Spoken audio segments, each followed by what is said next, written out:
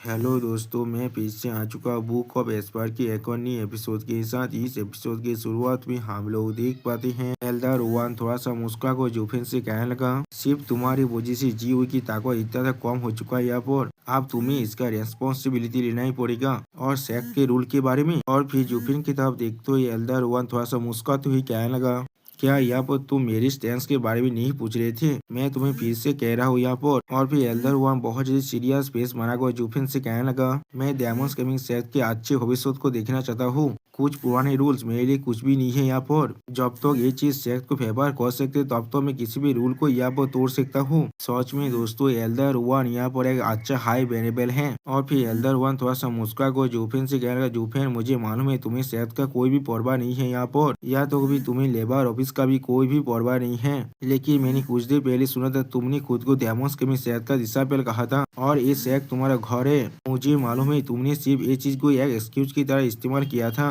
और तुम यहाँ से अभी भी जाने के लिए इंतजार नहीं कर सकते। और फिर जूफिन की तरफ देखते हुए एल्डर वन कहने लगा, लेकिन ये बुद्धि आदमी आशा करे अगली बार जब तुम ये कहने वाले हो तब तुम ये अपने हाथ से कहोगे। यानी दोस्तों, एल्डर वन चाहता है तो जूफिन डेमोन्स गेमिंग सेट को भी अपने खुद का घर जैसा ही माने। जो सुनने के बाद हम लोग देख पाते जूफिन यह बहुत ज्यादा शौक हो चुका है और कुछ भी नहीं कह पाता है। और फिर जूफिन अपनी आंखों को बंद करने के बाद थोड़ा सा चिढ़ती हुई कहने लगा, मैंने कभी भी किसी भी प्लेस को अपने घर के जैसे ट्रीट नहीं किया है। और फिर सिस्टर चुचू की तरफ देखते हुए कहना, जब तक न वह कुछ ऐसे इंसान है जिन्हें मैं परवाह करता हूँ। जो सुनी की बात हम लोग देख पाते सिस्टर चुचू यहाँ पर थोड़ा सा मुस्कुराने लगा है। सच में दोस्तों, ये दोनों बिल्कुल मैथ फॉर इच अदर है यहाँ पर। जो सुनी की बात हम लोग देख पाते एल्डर वन पहले थोड़ा सा सीरियस फेस बनाने लगा और फिर एल्डर वन पीछे मुड़ते हुए जूफिन से कहने लगा, यहाँ पर चाहे कुछ भी क्यों ना हो तुम यहाँ पर सेक लीडर बनने से पीछे नहीं हट सकते। आप तुम दोनों शायद यहाँ से जा सकते हो। जो सुनने के बाद जूफिन और सिस्टर चू यहाँ से जाने लगा, लेकिन उसी वक्त जूफिन के रुकते हुए जब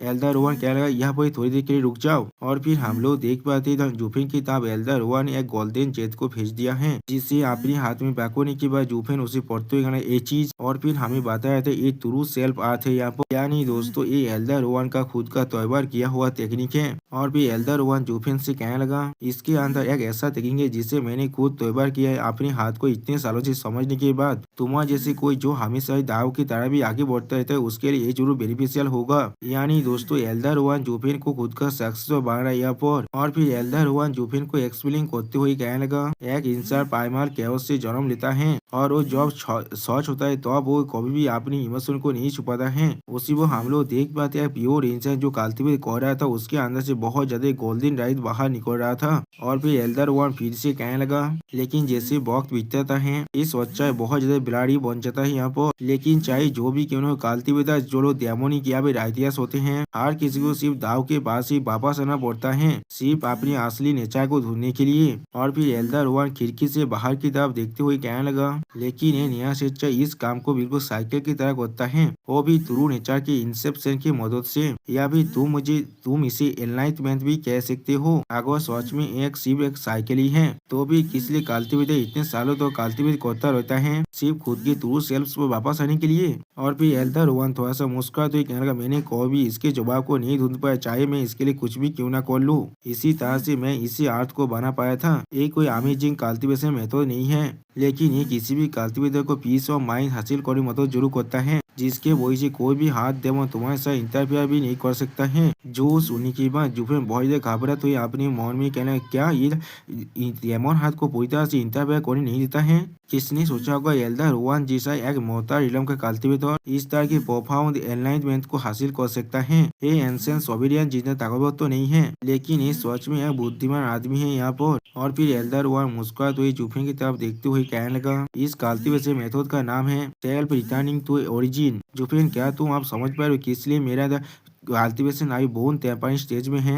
ये कोई खुद को कमजोर दिखाने का टेक्निक नहीं है, लेकिन ये मेरा असली कल्टिवेशन है। ये सब कुछ हो रहा है क्योंकि मैं ट्रू सेल्फ आर्ट को यहाँ पर कल्टिवेट करता हूँ। जो सुनी के बाद जूफिन और सिस्टर जो दोनों ही बहुत ज्यादा ही शौक हो जाता है। और फिर रूफेन सिस्टर चूचू की तरफ देखते हुए अपने मन में कहने लगा, क्या इस आज के वजह से कल्टीवेशन रिग्रेस होता रहता है। और फिर एल्डर वन जोफिन को एक्सप्लेन करते हुए कहने लगा, ट्रू सेल पाथ यहाँ पर एक कल्टीवेशन मेथड है, इसका इफेक्ट की वजह से तुम्हारा कल्टीवेशन हमेशा रिग्रेस से होते रहते हैं। या फिर तुम ऐसा भी कह सकते हो ये तुम्हारे असली सेल्फ में वापस आ जाता है, लेकिन जब तुम्हारा कल्टीवेशन स्टेज फिर से ड्रॉप होता है, लेकिन तुम्हारा पावर पहले से भी ज्यादा बहुत ज्यादा बढ़ जाता है। ये सच में ओरिजिन में वापस जाने जैसा है, बिल्कुल ऐसा है जैसे तुम जन्म के बाद एक प्योर इनोसेंट चाइल्ड थे, लेकिन उसी वक्त में उसका पावर पहले से भी बहुत ज्यादा खतरनाक बन जाता है। इसके वजह से ऐसा लगता है तुम खुद को फिर से री कर चुके हो। और फिर एल्डर वन थोड़ा सा मुस्कुराते हुए कहने लगा, ये एक ऐसा लेवल है जिससे मैं खुद डिस्क्राइब नहीं कर सकता हूँ, और इसके बाद यह क्या हो सकता है इसके बारे में मैं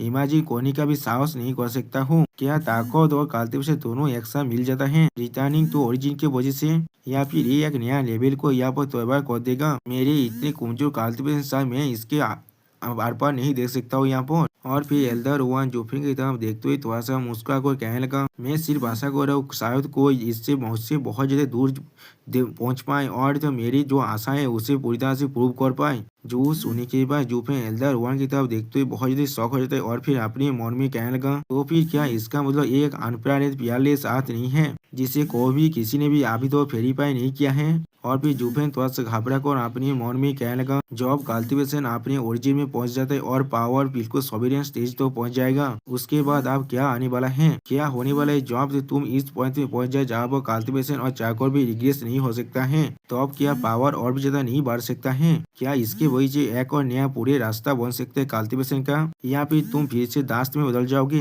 प्राइमल कैओस का बिल्कुल एक पाथ बन जाओगे। और फिर जुफेन थोड़ा सा घबरा को अपने मन में कहने लगा, इस तरह का एक चैलेंज आखिर इसका मतलब खुद को रिश्ते क्यों ना हो, इस वॉच में अटेम्प्ट करने का लायक है यहाँ पर। आप जुफेन के इनर थॉट को समझने के बाद एल्डर वन थोड़ा सा मुस्का को जुफेन से कहने लगा, जुफेन तुम सच में एक ऐसा आदमी हो जो सिर्फ दाव पर फोकस करते हो और तुम ताकत को ज्यादा परस्यू नहीं करते। बिल्कुल आखिर में मैंने तुम्हें ट्रू सेल पाथ दिया है इस आशा में तुम शायद मुझे इसका जवाब ढूंढने में मदद कर सकते हो। और फिर एल्डर वन अपनी आंखों को बंद करने के बाद थोड़ा सा मुस्कुराते हुए जुफेन से कहने लगा, मैंने सोचा था इस हाथ को मैं अपनी दिशा को देने वाला हूँ जो जिससे मैंने खुद तैयार किया है यहाँ पर, लेकिन वो हमेशा दाव से बहुत ज्यादा दूर ज्यादा चला गया है। वो किसी भी हालत में ट्रू सेल पाथ को और कल्टीवेट नहीं कर सकता है। दाव के अंदर इंसाइट के बिना अपने कल्टीवेशन को रिक्रीज कर अपनी ताकत को इंक्रीज करना, ओरिजिन को हासिल करना सच में बहुत ज्यादा मुश्किल होने वाला है। ये चीज उसके लिए सिर्फ बेकार होने वाला था। लेकिन अगली पल हम लोग देख पाते जुफेन एल्डर वन के सामने अपने घुटने टेक देता है, और फिर एल्डर वन के सामने अपने स्वर को देखते हुए कहने लगा, मास्टर। जुफेन की इस तरह से हरकतों को देखने के बाद एल्डर वन यहाँ बहुत ज्यादा शौक हो जाता है और कुछ भी नहीं कह पाता है। यानी दोस्तों जुफेन ने यहाँ पर एल्डर वन को अपना मास्टर मान लिया है। और फिर जुफेन एल्डर वन से कहने लगा, आपके टीचिंग के लिए मैं सच में आपसे बहुत ज्यादा ग्रेटफुल हूँ, और मैं शायद आपके एक्सपेक्टेशन को थोड़ा सा भी डिसअपॉइंट नहीं करने वाला हूँ। आप जुफेन को ऐसा करते हुए देखने के बाद सिस्टर चूचू मुस्कुराते हुए कहने लगा, जुफेन ने कोई भी किसी का भी फेवर्स को ओ नहीं किया है। जब वो किसी से किसी चीज को रिसीव करता है यहाँ पर उसे ये चीज वापस देना ही पड़ता है। जब इसने आपको अपना मास्टर बना लिया है, ये देखा रहे इसके लिए ये आज कितना ज्यादा इम्पोर्टेंट है। यहाँ पर ये आज सच में उसके लिए बहुत ज्यादा इम्पोर्टेंट है, क्योंकि उसे आप ये भी नहीं मालूम है आपको रिपे किस तरह से करना है, वरना वो कभी भी आपके सामने अपने स्वर को झुकाकर आपको आपका अपना मास्टर नहीं बनाता। और फिर जुफेन एल्डर वन की तरफ देखते हुए मुस्कुरा कर कहने लगा, मास्टर क्या आपने मुझसे नहीं पूछा था मैं क्या डेमोस के सेट को अपने घर से देखता हूँ या नहीं। अब मैं अच्छी तरह से कह सकती हूँ जब तो मेरे मास्टर डेमोस के सेट के अंदर है तब तो डेमोस के सेट मेरे लिए मेरा घर ही है। मैं आपसे प्रॉमिस कर रहा हूँ। जो सुनने की बात हम लोग देख पाते हैं एल्डर वन यह बहुत ज्यादा शौक हो चुका है और कुछ भी नहीं कह पा रहा है। सच में दोस्तों एल्डर वन शायद यह बहुत ज्यादा खुश हो चुका होगा। और फिर एल्डर वन थोड़ा सा मुस्कुराने लगा और फिर जुफेन के करीब जगह कहने लगा, जुफेन तुम दाव को परस्यू करते हो, चाहे तुम्हारा सेंस मेरे कंपेयर में कितना भी ज्यादा शार्प क्यों ना हो, यहाँ पर तुम्हें इस बात को समझने में कुछ वक्त जरूर लगेगा। और फिर एल्डर वन जुफेन को ऊपर उठाते हुए कहने लगा, मुझे शायद उस दिन का इंतजार करना पड़ेगा जब तुम इस बात को अच्छी तरह से समझ जाओगे। जो सुनने के बाद हम लोग देख पाते जुफेन यह बहुत ज्यादा शौक हो जाता है। सच में दोस्तों ये सीन देखने में बहुत ज्यादा खूबसूरत दिख रहा था। ऐसा लग रहा था मास्टर एंड डिसेबल के बीच में सबसे खूबसूरत पल है ये। और फिर एल्डर वन थोड़ा सा मुस्कुरा को जुफेन से कहने लगा, अच्छे, सच में बहुत अच्छे। तुम्हें ये साथ देने का मतलब बिल्कुल ऐसा है जैसे कि मैं अपने डिसाइबल को याद दे रहा हूँ। अब सच में मेरे पास कोई और रिग्रेट्स नहीं है। जो सुनने के बाद जुफे मुस्कुराते हुए एल्डर वन से कहने लगा, लेकिन मास्टर के पास से इतना बड़ा गिफ्ट लेने के बाद मुझे और नहीं मालूम मैं आपको इसके बदले क्या दे सकता हूँ। मैं सच में बहुत ज्यादा शर्मिंदा हूँ इसके लिए। जो सुनने के बाद एल्डर हुआ मुस्कुराते हुए कहने लगा, यहाँ पर ऐसे बहुत सारे इंसान हैं जो लोग बहुत ज्यादा टैलेंटेड है, लेकिन जो लोग वो लोग रेयर होते हैं जो लोग इसे अच्छी तरह से समझ सकते हैं। और फिर एल्डर हुआ थोड़ा मुस्कुरा को जोफिन से दूर हटते हुए कहने लगा, सिर्फ किस तरह से तुम इस आर्ट के वैल्यू को समझ पा रहे हो, बाकी सारे इंसानों के लिए ये चीज बिल्कुल एक बेकार है। मुझे मालूम है तुम इसे जरूर चेरिश करने वाले हो। और फिर एल्डर वहाँ पीछे मुड़ने के बाद जूफेन और सिस्टर से कहने लगा, तुम लोग आप बाहर जाकर इंतजार कर सकते हो। जो सुनने के बाद जूफेन और जो सिस्टर जो पहले थोड़ा शौक हो जाता है और फिर उस रूम से बाहर निकल जाता है। उसी वो हम लोग देख पाते एल्डर वहाँ बहुत ज्यादा खुश होकर खुद से कहने लगा, आखिरकार मैंने अपने नॉलेज को किसी को पास कर दिया है। और फिर एल्डर वहाँ चिल्ला कर कहने लगा, उई तुम अंदर आ जाओ आप। उसी वो हम लोग देख पाते जूफेन और सिस्टर जो उन सीढ़ियों से नीचे नाम रहा था और उन्हें जी हुई आते हुए देख रहा था, लेकिन कुछ भी नहीं कह पाता है। और फिर जी हुई बहुत ज्यादा गुस्सा को एल्डर वन के घर की तरफ जाने लगा। अगली पल हम लोग देख पाते जी हुई आप एल्डर वन के घर में आ चुका है। और फिर जी हुई कोल्ड फिश बना को कोल्ड तौर में एल्डर वन से पूछने लगा, हाय बेनेबल, किस लिए आपने उन्हें नहीं मारा है। और फिर जी हुई चिल्लाते हुए एल्डर वन से कहने लगा, जब तो जूफेन यहाँ पर मर जाता है तब तो बाकी से बिल्कुल हेडलेस रेबल की तरह बन जाएंगे और इना सेक के फैक्शन के साथ मैं आसानी से उन्हें खत्म कर दूंगा। शो सुनने के बाद एल्डर वन मुस्कुराते हुए कहने लगा, उई। और फिर एल्डर वन सीरियस फेस बनाकर जी हुई से कहने लगा, अपनी सीट को आप छोड़ दो। जो सुनने के बाद हम लोग देख पाते हैं जी यू को यहाँ वो बहुत बड़ा शौक लगता है और वो कुछ भी नहीं कह पाता है। सच में दोस्तों जी यू के यहाँ पर ऐसा लग रहा था वो अपनी जिंदगी को पूरी तरह से खो चुका है। और दोस्तों इसी शानदार सीन के साथ हमारा ये एपिसोड यहाँ पर ही खत्म होता है। प्लीज सब्सक्राइब माई चैनल और like and share this video. और दोस्तों मैंने जितनी भी गलती किया इस वॉइस ओवर के अंदर उसके लिए प्लीज मुझे माफ कर देना। Okay bye bye, सावनरा।